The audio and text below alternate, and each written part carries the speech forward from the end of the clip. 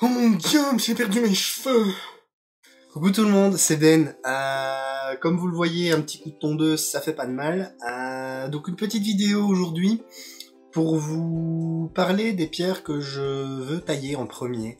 Je vous avais fait la demande des pierres qui vous intéresseraient, donc il y a beaucoup de personnes qui m'ont répondu l'obsidienne œil céleste. Alors, oui, je vais tenter d'en tailler, mais il faut savoir que c'est une pierre qui est très complexe. Je vous expliquerai sur le coup quand je la taillerai, je vous expliquerai pourquoi. Dans les pierres que je tiens à tailler, il y en a une dont je vous ai déjà parlé, c'est la péristérite. Donc la péristérite, c'est ceci.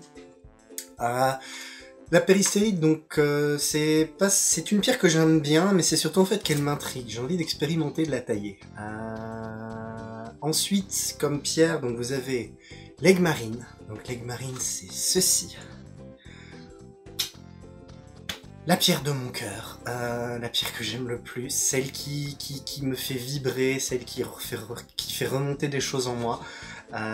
Donc pour moi, c'était normal de la tailler. Surtout que je suis extrêmement difficile en aigle marine et que c'est compliqué de trouver des cabochons de bonne qualité à un prix abordable. Ensuite, vous avez la cornaline. Donc la cornaline, c'est ceci. Donc je pense que beaucoup la connaissent, mais ce que vous ne savez pas spécialement, c'est que c'est une pierre qui est très souvent chauffée ou traitée. Chose qui m'ennuie, et il est très difficile de trouver des cabochons de bonne qualité, donc ça me permettra de vous en proposer.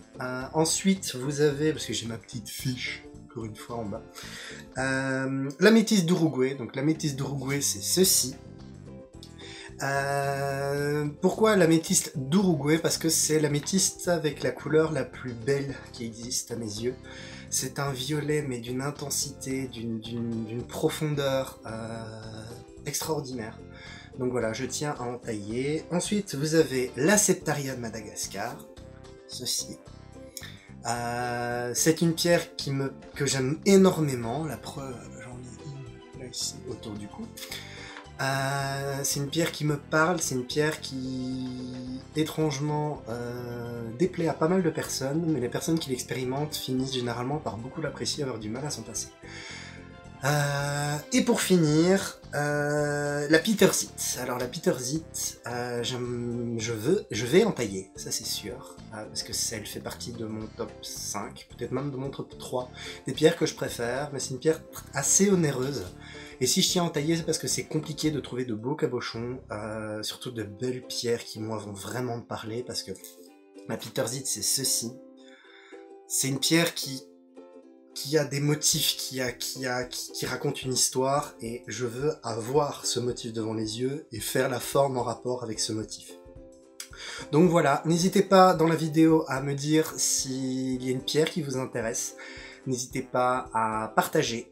C'est important, n'hésitez pas non plus à participer, on est déjà à 82% du financement, donc on va atteindre le premier palier à 1300 € qui va permettre de débloquer le financement, mais je vous parlerai des différents paliers dans une autre vidéo. Sur ce, je vous fais plein de gros bisous, et soyez heureux!